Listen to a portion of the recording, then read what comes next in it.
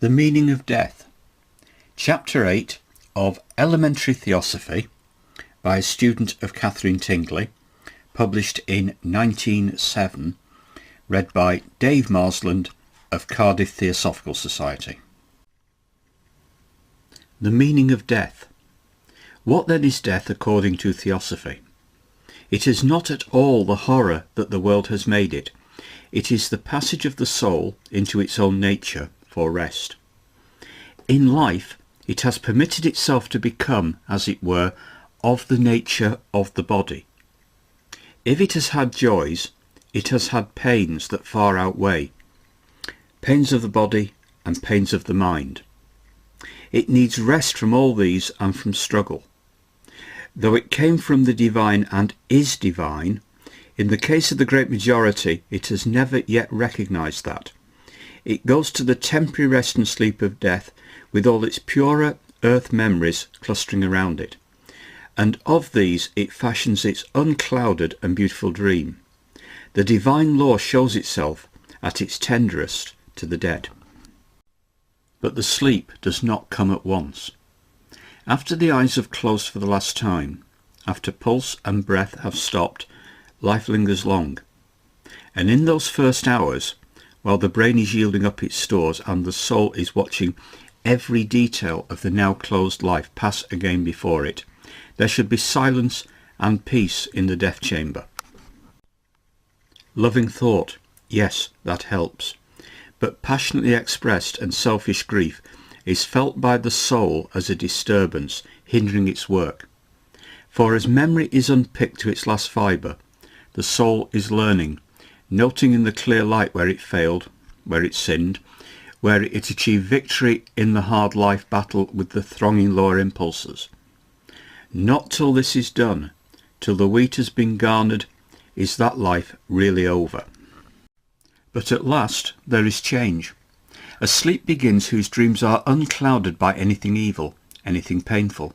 The soul is no longer conjoined with the source of evil. It rests in the pure divine light.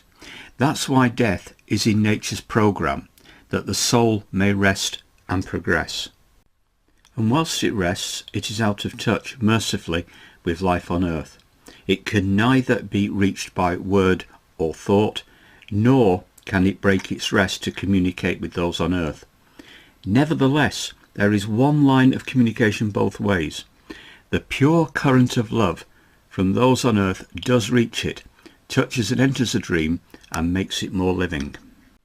And in return its love for those it left behind touches them, strengthens them in the battle of life, helps them in their highest efforts for right, purifies them. Except for this current, which is deeper than thought, deeper than word, there is no communication possible. How otherwise could the soul rest? But the rest is over at last. The divine light has given new energy for another life. The dream fades, the soul is drawn again to earth to take up its work. It comes once more among those with whom in other lives it has been associated. We pass from birth to birth, resuming old ties, making new ones, suffering, rejoicing, and through all, growing. This great human family is ever getting closer and closer.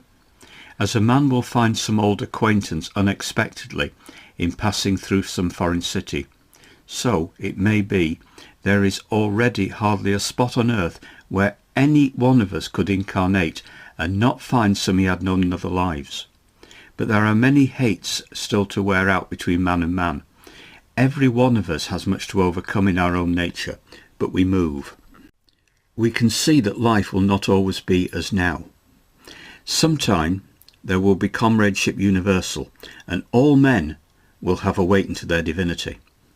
They will feel in their hearts the constant presence of that light to which they have given so many names, to which they have ascribed such diverse qualities, which sometimes they have figured as but a man, a personality drawn large, sometimes as a blind force, sometimes, alas, as an avenging fiend.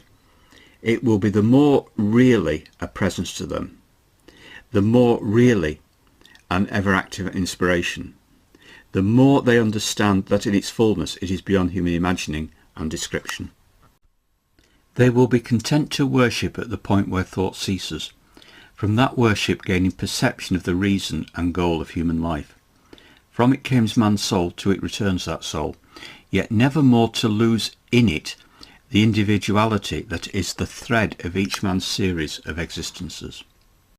Once a living soul, always a living soul. Once we were omniscient because we were parts of its omniscience. It called us forth to win each for himself omniscience. Yet the very word omniscience for us is forever relative.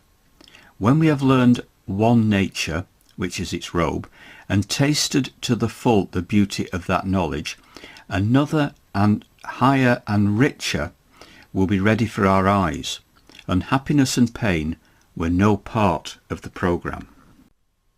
We made them, and brotherhood of each to each made them. It is only we that can end them. When man has learned to turn his fellow man with friendliness and compassion, with the will to give instead of to take, unhappiness is ended. And when he has learned himself, unwisdom and darkness are ended.